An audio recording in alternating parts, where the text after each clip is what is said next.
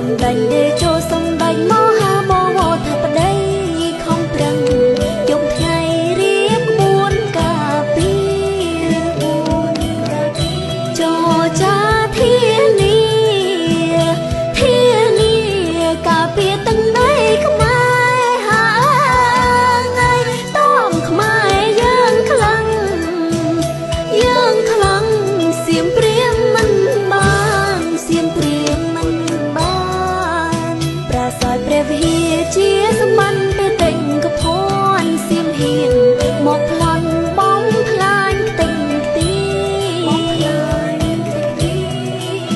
ប្រាសាទព្រះវិហារជាសម្បត្តិពេលតែងកភ័នសៀមហ៊ានមកប្លន់បំផ្លាញខ្ទេចខ្ទីបារមីលោកតាសៀមយកមិនបានហា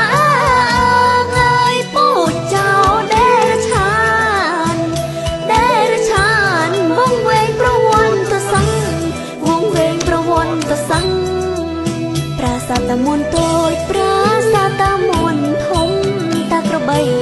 ខ្មែរខំប្រឹងថែរក្សាប្រាសាទតាមុនតូ